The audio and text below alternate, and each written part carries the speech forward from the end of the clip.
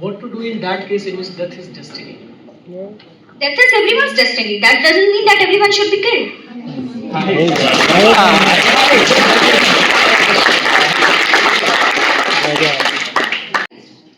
Whenever we discuss about this topic, we often discuss about pain, mercy, choice. But I really wonder, how can killing be a form of mercy, and how can death be someone's personal choice? Starting my argument with the first point, that how can we promote death as a choice? Society's duty is to protect life, not offer death as an option. When the law presents death as a solution, it sends a dangerous message to the society that questions the survivals of many, that who should live and who should not. Secondly, helping someone die is not empowerment, it's completely a surrender from the medical society. The next point is that medical decisions are uncertain. No doctor can predict the exact future of the patients. Patients declared beyond recovery have improved, survived, and even led a normal life. Legalizing euthanasia makes a temporary medical judgment as a permanent decision, and death allows no correction. Third, pain destroys clear thinking. Severe illness brings pain, fear, and depression. A person in such a state cannot make a fully rational decision. When a healthy person says, I want to die, we call it a mental health emergency. And when the same statement is given by a sick person, we call it as a choice. Really, is it a choice? It's not equality, it's completely a double standard. Fourth point is, it changes how the society values life. Once euthanasia is legal, the question shifts from how can we help this person to live with dignity to completely, is this life still worth continuing? When comfort becomes the measure of human worth, the elderly, the disabled, and the dependent becomes vulnerable for this. The last point is, law shapes behavior of the human society. Legalizing death weakens care. Family may stop fighting, doctors may stop trying, and the patients may stop hoping. Not because there are no options left, but because this is an easier exit.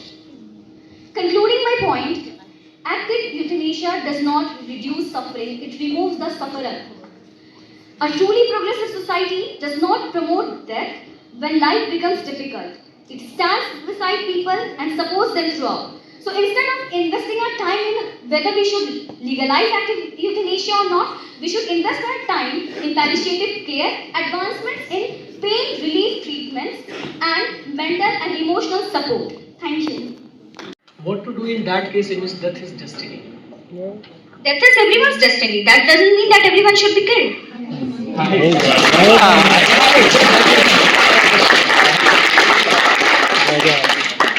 I just want to reframe my question. Suppose a patient is suffering from any permanent illness and in which the death is the destiny. So in that case, what would be your steps to continue suffering him? If the suffering is the problem, we need to counter the suffering that he or she doesn't suffer the pain. We need advancements. We need advancements in pain relief treatments, So not to end the life. What in the case of rabies? Rabies is an acute disease. It's not a chronic illness. I just want to say that in the rabies case, ma'am, if I'm right, in the case of rabies, a patient gonna die. If I'm right, okay. The time interval could be more than 1 week or 2 week time. Till then, he or she gonna suffer. कुत्ता को मारो भाई